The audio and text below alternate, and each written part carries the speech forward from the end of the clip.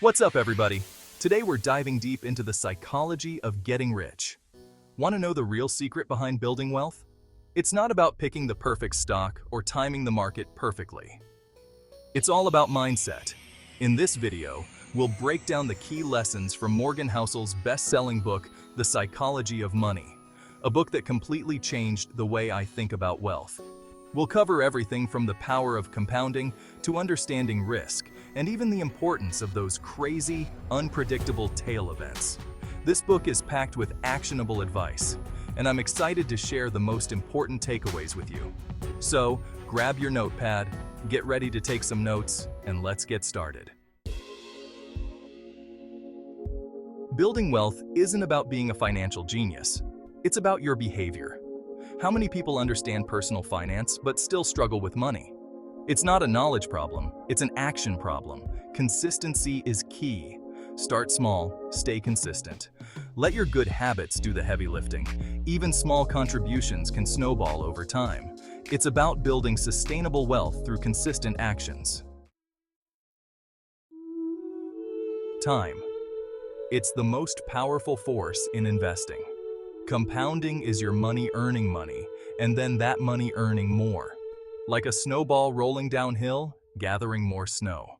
Start early, and your money grows exponentially. Small, consistent investments can lead to significant wealth. Investing is a long game. Let time do its thing. Chapter 3. Understanding risk versus luck. One of the biggest mistakes we make with money is mistaking luck for skill and risk for failure. Housel emphasizes the importance of understanding the difference. Sometimes, people get lucky with investments, and they attribute their success to skill. Conversely, they might experience a market downturn and see it as a personal failure when it's simply a matter of risk. Understanding that both luck and risk are inherent parts of the game is crucial. It allows you to make more rational decisions and avoid emotional reactions to market fluctuations. Don't let a lucky win inflate your ego, and don't let a market downturn crush your spirit. Focus on making smart, informed decisions, and understand that sometimes things are simply outside of your control. Acknowledging this allows you to stay grounded and make better choices in the long run. Chapter 4. The importance of tail events. Housel talks about tail events, those rare, unpredictable events that have an outsized impact on the world. Think about the 2008 financial crisis or the COVID-19 pandemic. These events are rare, but they can completely reshape the financial landscape. While you can't predict these events, you can prepare for them.